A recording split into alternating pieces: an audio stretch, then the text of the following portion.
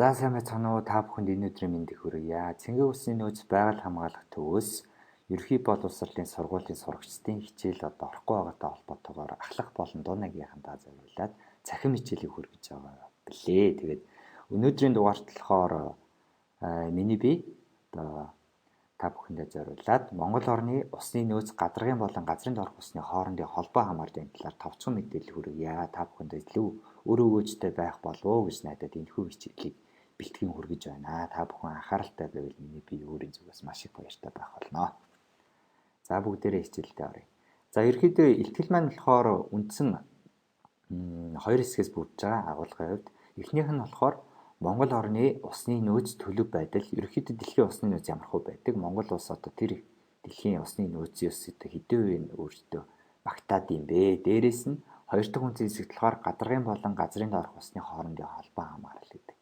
За газрын доорх ус гэдэг нь болохоор бидний хэлээд юм ярианд ашигладаг гүний ус гэж яриад байдаг тийм. Энэ ус юм шүү. За тэгээд хичээлдээ ороход ус гэдгийг бүгдээрээ ерөнхийдөө мэдж байгаа. H2O гэдэг тийм. Химийн хувьд болохоор байгаль дээр байдаг хамгийн сайн усгагч. За физик төлөв байдлын хувьд болохоор хатуу, шингэн, хий гэсэн гурван төлөвийг амархан дамждаг, 0 градусд хөлддөг, 96 буюу түүнээс дээш 100 градусд бол буцалдаг. Энэ нь болохоор одоо жишээ нь уулын орой дээр ч юм уу 96 градусд буцлаад намд ор газар 100 градусд даралтаас нөлөөлөд буцалдаг, хийн төлөвт уур хэлбэр шилждэг. За хасах 4 градусд хамгийн их нягттай байдаг ус бол. За иймэрхүү бусад одоо 0-оос 96 100 юмны хооронд болохоор шингэн төлөвт байдаг. Ийм химийн элемент байна. За дэлхий дээр байгаа нийт усыг одоо 100% гэдээ аваад үзэх юм бол энэний зөвхөн дөнгөж 2.5% нь л цэнгийг ус ууж болохоор, унд ахуйнд ашиглаж болохоор ийм ус байдаг. Үнэхээр бага байгааз үлдсэн 97.5% нь болохоор бид нар мэдж байгаа маш их давстай ууж болохгүй, тэрийг одоо унд ахуйнд ашиглаж болохгүй ийм уснууд байдаг. Энд нь болохоор далайн тэнгисийн ус, мөсөн гол, мөсдөг хэлбэрээр агуулгадж байгаа ийм уснууд ордог. За нийт одоо дэлхийн усны нөөцөөс одоо нөөцийн 0 бүхэл бүтэн 1000 хуваасны 4% нь болохоор 0.4 нь Монгол орны усны нөөц. Энэ дотроосоо бас эргээд давстай одоо гол мөрөн ч юм уу нуур, давстай нуур одоо ашиглагдах боломжгүй мөс одоо мөнх цас мөсөн голууд бол багтаа явцдаг гэсэн үг. Тэгэхээр энэс илүү яг унд ахуйнд ашиглах боломжтой ус нь багасаад явна гэсэн үг. За ерөнхийдөө Монгол улс одоо усны нөөцөөр дэлхийн хэмжээнд ямар байр суурь эзэлт юм бэ гэхээр усны нөөц хязгаарлагдмал усны нөөцөөр бага гэсэн ангилалд бол багтдаг. За Монгол улсын усны нийт нөөц болохоор 564,800 сая метр куб жил гэсэн нэгжээр илэрхийлэгддэг. За энэ донд нь болохоор нөөцт нь болохоор 613% нь гол мөрөн эзэлдэг бол 344% нь болохоор мөнх цас мөсдөл одоо мөсөн гол эзэлдэг. Нуур болохоор 8853% нь эзэлдэг. Газрын доорх ус буюу бидний хамгийн их унд ахуйнд ашигладаг энэ ус маань дөнгөж 1.9% нь эзэлдэг юм байна. Тэгэхээр усны нөөцөө ялчгүй маш бага учраас гамтаа хэрэглэж одоо хайлаж хамгаалах нь зөв эсний хэрэг болж таарч байна. За сүүлийн жилүүдэд биднэрт ямар асуудал тулгараад байна вэ гэхээр дэлхийн одоо дулаарал уур амьсгалын өөрчлөлт бол Монгол улсад мэдрэгдэж байгаа, маш их мэдрэгдэж байгаа ийм орны тунд бол бас багтж байгаа. Цөвжилт байна, одоо малын тавдлага хит их өсөлттэй холбоотой, уур амьсгалын өөрчлөлттэй холбоотой ийм асуудал гарч ирж байгаа. Энийг ингээд харахад одоо Монгол улсын маань газар нутгийн одоо ихэвчлэн одоо говь цөл хээрийн бүсээр бол сүүлийн 2015 онд одоо ширгсэн нууруудын байрлалуудыг энэ шар өнгөөр дүрсэлсэн байна. Ингээ харахад бол жижиг хэмжээний баян бүрд дээрээс нь гол мөрөн, нуур цөөрмүүд бол маш их хэмжээгээр ширгсэн харагдаж байгаа.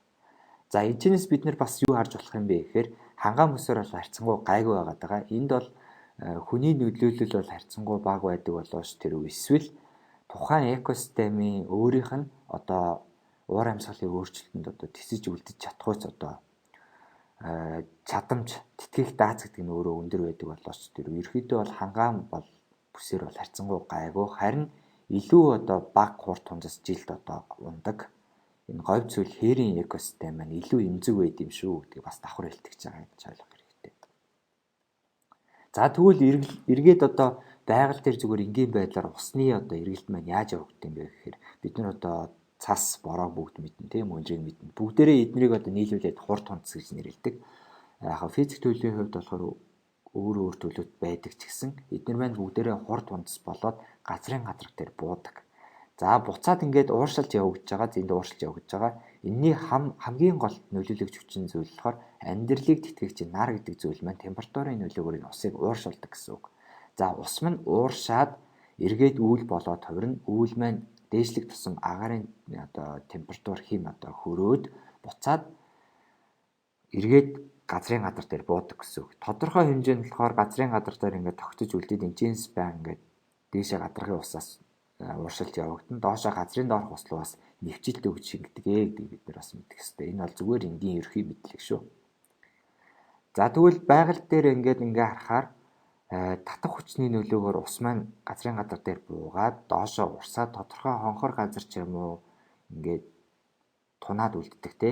Зөвхөн энэчнээ ингээд энүүгээр хязгаарлагдаад ингээд миний одоо маусны курсорыг та нар харж байгаа. Ингээд байж идэг биш.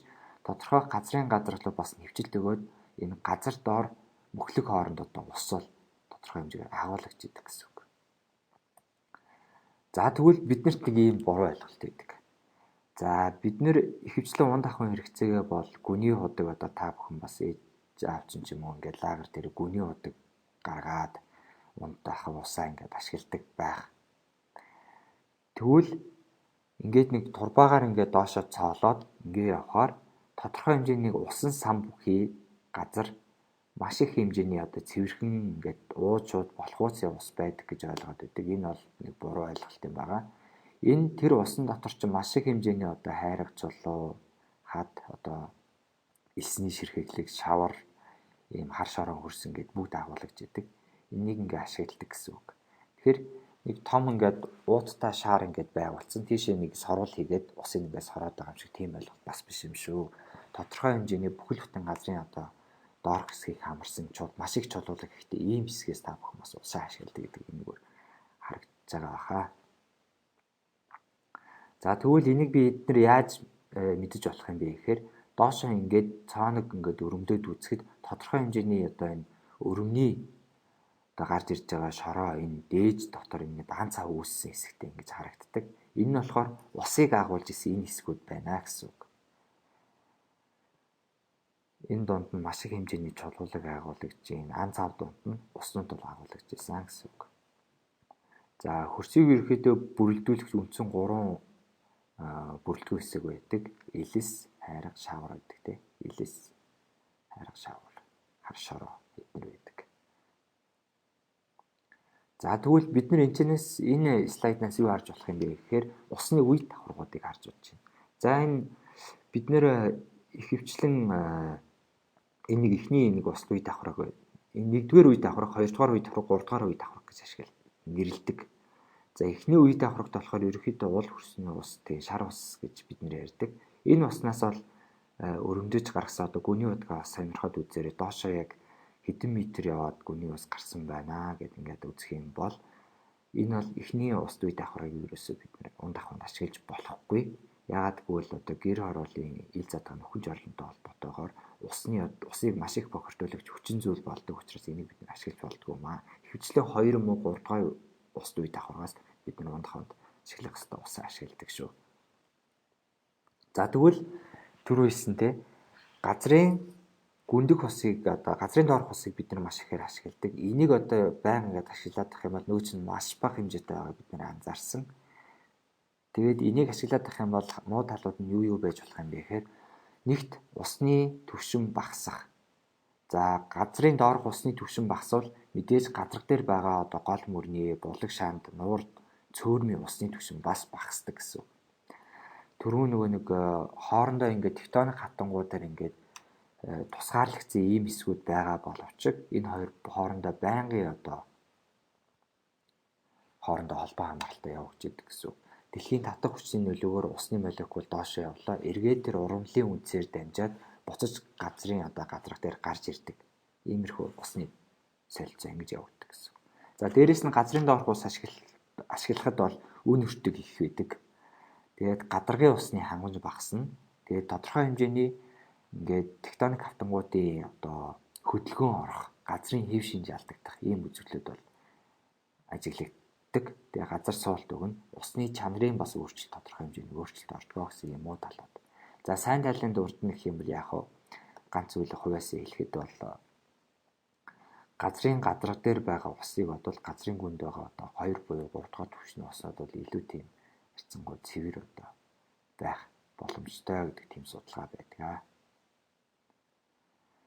За тэгвэл газрын гүний усаа бүр байнга ашигласаар байгаа тийм харамсалтай жишээ маш олон байдаг. Ийм бас жишээ нь одоо энэ 11 хот бол ихэвчлэн одоо Өмнөд Америкийн энэ хотуудад бол усны хомсдолд одоо ундах усны хомсдолд ороод усгүй болсон тийм газрууд бол байдаг. Газрын гүний усаа ашиглаж байгаа юм чинь газрын гадаргын ус ямар хамаатай юм бэ гэж бодоод ингээд газрын гүний усаа ашиглаад байсан чинь газрын доорх ус нь дуусаад нөөц нь хомс болоод ирэхээр газрын гадарга дээр байгаа усаа бол доошоо нэвчүүлээд ингээд нүдэн дээр ил харагдж байгаа гол мөрөн булаг шанд нуур цөрөнгүүд сэргэж одоо усны хомсдолд орсон ийм харамсалтай хотууд бас байд юм байна. Тиймээс бид нэр хүүхдүүдээ ер нь усаа хэмнээ. Ус бол маш үнэтэй зүйл гэдгийг бид нар мэдж байгаа. Тэгэхээр ийм байд юм биш үү. За тэгээд ерөнхий одоо Монгол улсын хэмжээнд та бүхэн бас сонирхож магадгүй аль аймагт одоо хідэн ус цэг байдیں۔ Тэр одоо чиний сонирхож байгаа голч хаана байдیں۔ Монгол улсын хэмжээнд юу ямархуу том нуур байдیں, гол мөрөн байдیں бэ гэд ингээд сонирхмоор байвал усны мэдээлэл сан гэж байгаа. За энэ хаягаар ороод та бүхэн маань дэлгэрэнгүй мэдээллийг бас ингээд сонирхоод үзэх бүрэн боломжтой юм шүү. За тэгээд өнөөдрийн миний одоо та бүхэн төлөвлөсөн хичээл маань өөрөө өгөөжтэй та бүхэн сонирхолтой байж чадсан гэдэгт итгэж байна. Тэгээд манай YouTube хуудасаар дамжиж гарч байгаа энэ хичээлүүдийг маань өөрөө үзээд бусдаа одоо дамжуулаад хэлээд цахим хичээлдээ хүүхдүүдэд идэвхтэй оролцоорой. За баярлалаа.